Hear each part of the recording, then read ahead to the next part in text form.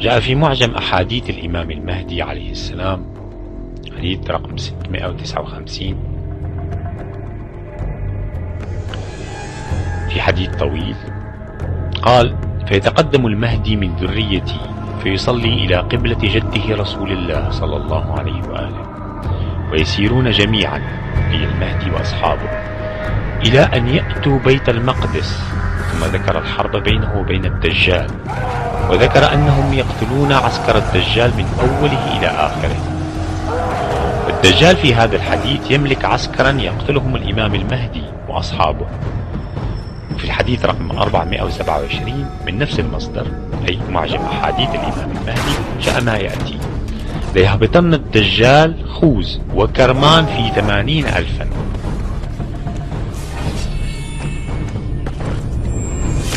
وهؤلاء 80,000 بعض جيش الدجال على ما هو راجح، أي أنهم ممكن أن يكونوا غير أولئك النازلين في بيت المقدس. In our investigation, we discovered that some of Satan's soldiers are also high-ranking officers in the United States military.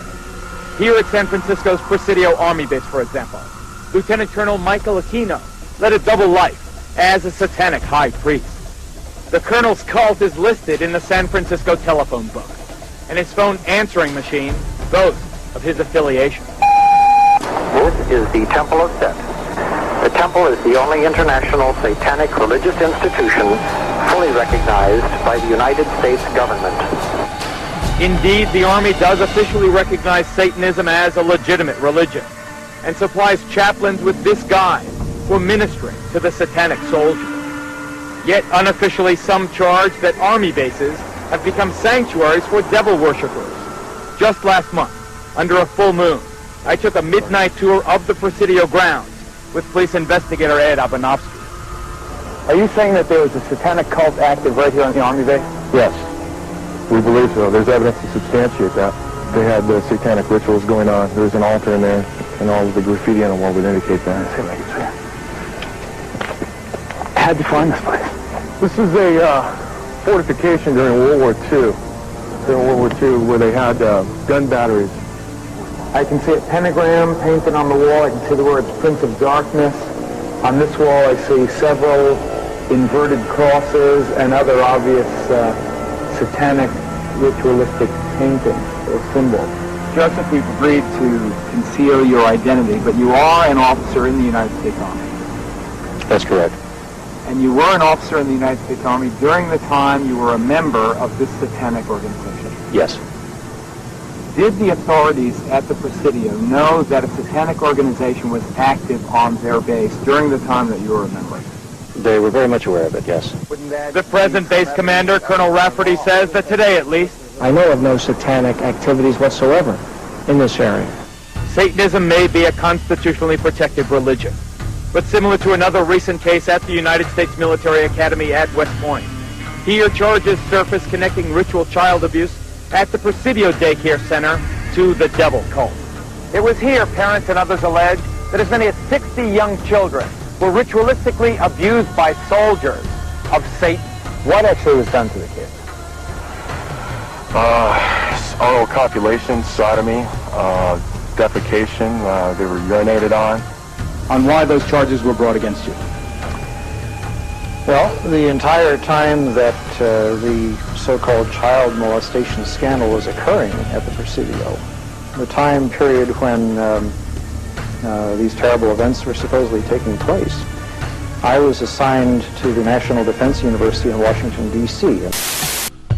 Probable victims numbered at 68, many of whom had contracted venereal disease. 22 families filed $66 million in claims against the Army, claiming that criminal charges against Michael Aquino were dropped due to pressure from the Army. General Aquino admitted to renting the German castle where the Nazi SS were formed and reenacting the secret ceremony among fellow intelligence officers dressed in full Nazi regalia. General Aquino is now the highest-ranking officer in the National Security Agency, along with General Black and General Hayden. It is important to remember that General Aquino is first and foremost a military intelligence officer with over 40 years' experience in counterinsurgency operations and an expert in psychological warfare. General Aquino's psychological warfare campaign has started or infiltrated cults and other closed systems as part of a concerted effort to control large numbers of people and to destabilize the centers of constitutional and legal authority, both here in the United States and in other nations. وأيضا عن أمير المؤمنين عليه السلام في حديث يذكر فيه بعض العلامات التي تسبق خروج القائم عليه السلام، يقول: وغلبت الروم على الشام، وغلبت أهل أرمينيا، وصرخ الصاروخ بالعراق، هتك الحجاب، وافتضت العذراء، وظهر علم اللعين الدجال. ثم ذكر خروج القائم عليه السلام. المعجم الموضوعي لأحاديث الإمام المهدي عليه السلام في الصفحة 29. والعلم كما هو واضح علامة رمزية تتخذها الدول للإشارة إلى كياناتها. وصراخ الصارخ في العراق بظهور علم الدجال إشارة إلى الاحتلال الأمريكي للعراق، ويشير إليه صراحة الحديث الذي يصف دخول الدجال إلى العراق من جهة جبل سنان في البصرة.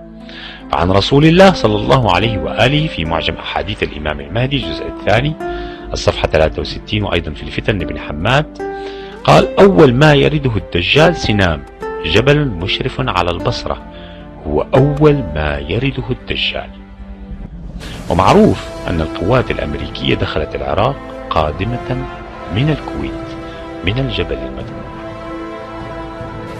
وعلى أي حال نحن نعيش عصر الظهور، ونشهد بأم أعيننا احتلال العراق من قبل القوات الأمريكية الدجال الأكبر. كما أن المعرفة بالسياسة الأمريكية توفر لنا فرصة نادرة لفهم المراد من التعبيرات الرمزية التي يوصف بها الدجال من قبيل المسيح الدجال الأعور الدجال، وكونه يأتي معه جبل من خبز أو جبل من طعام وجبل من نار، حماره خطوته كذا ميل، بين أذني حماره كذا ميل، في جبهته كافر ينادي فيهم: إلي أوليائي أنا ربكم الأعلى. فالرئيس الأمريكي بوش من المسيحيين المتدينين، أو لنقل ممن يظهرون التدين بالمسيحية. وقد صرح في خطاباته كثيرا بأن الحرب التي يخوضها ضد الإسلام حرب صليبية، وبالخصوص الحرب في العراق، بل صرح علنا أن ما دفعه لحرب العراق رؤية رأى فيها الرب سيد المسيح حسب زعمه يأمره باحتلال العراق. Final question. Yes, sir. You said famously, when you looked into Vladimir Putin's eyes, you saw his soul. Yeah. When you look into Benedict XVI's eyes, what do you see? God. Good way to end the interview. Thank you, sir. Thank you, sir.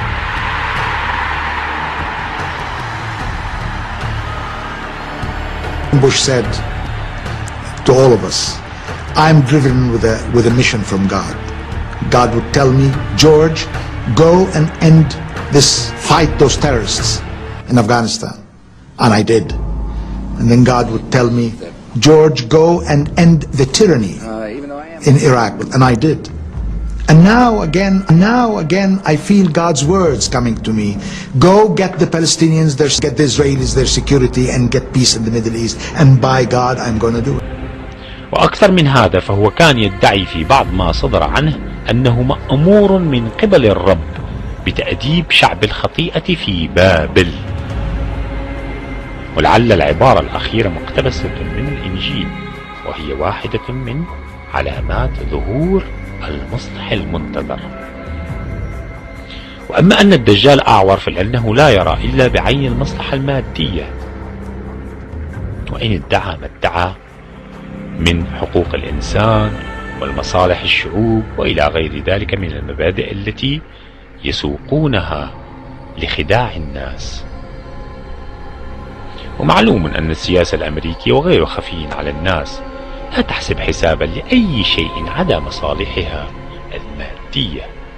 فجبل الخبز أو جبل الطعام هو تعبير رمزي عن القوة الاقتصادية وحالة الرفاه المادية التي تستخف بها أمريكا أتباعها. وجبل النار واضح أنها ترمز إلى القوة الحربية الفتاكة التي تخيف بها الحكومات والشعوب،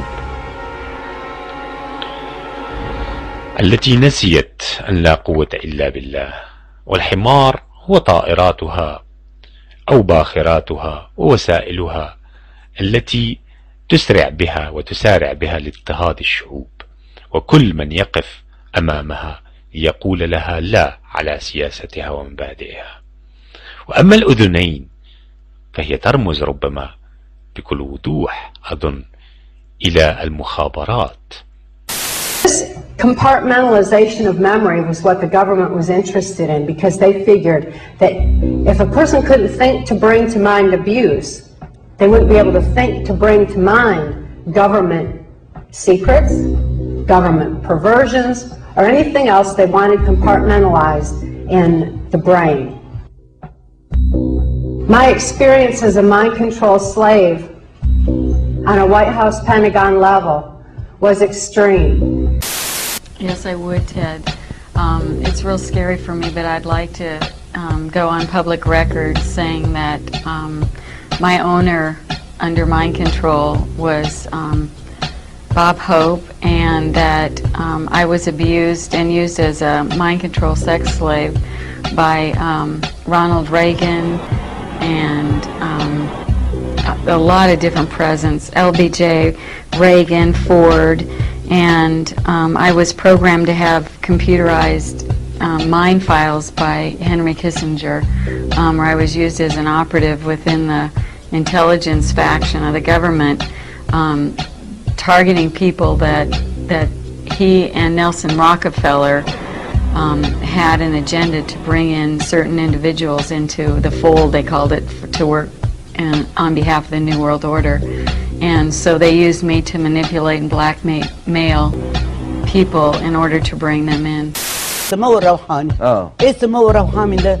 راح اتعلم في الهند صلاح نصر الشذوذ الجنسي في بلد اسمها كاراجوا، انهم يسيطروا على الناس الرجاله والستات يتشبعوا جنسيا عشان خاطر يخدموا المخابرات. في المانيا قالوا له كده.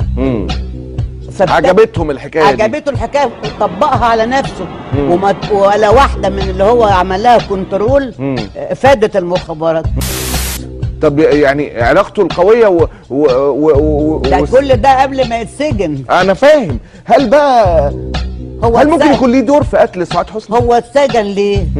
هو اتسجن ليه؟ اتسجن عشان بيبيع البنات بتاعت مصر، بناتنا وشرفنا بره. سيطروا على سعاد حسني وبدون فلوس. سيطروا عليها. ومين تاني من الممثلات؟ يعني انا مش عايز اقول لك يعني معظم الممثلات. مش كلهم، معظمهم. اني رئيس سابق مبارك. انا بستغرب ازاي يعينه يبقى وزير الاعلام وهو واخد سجن مسجون ومطرود من المخابرات. ده مش مخابرات. انا ما بتكلمش عن المخابرات. المخابرات كويسه جدا الحمد لله، لكن ده مش مخابرات. اترفد وطلع. ازاي يبقى وزير الاعلام ومسيطر على الصحافه؟ كل شويه يهددني بالقتل ويخلي الصحفيين يشتموني. ده بهدلوني بهدله ما عندكش فكره يا استاذ.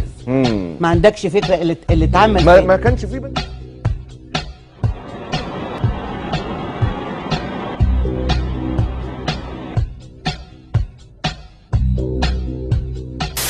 اوضح بس موضوع الكنترول ده لو اذنتي. اتفضل. يعني ممكن طبعا الاستاذ اعتماد بحكم كم المعلومات الكتير، فهي الكنترول عمليات الهدف منها اللي اقنع بيها صلاح نصر زعيم جمال عبد الناصر يعني في ذلك الوقت، انه من الممكن ان احنا نستخدم عدد من الفنانات المشهورات واللي ليهم افلام في احضار معلومات محدده عن تحركات عدد من المسؤولين والامراء العرب والقاده العرب اللي بيجوا مؤتمرات مثلا زي مؤتمر، يعني اكتر كلام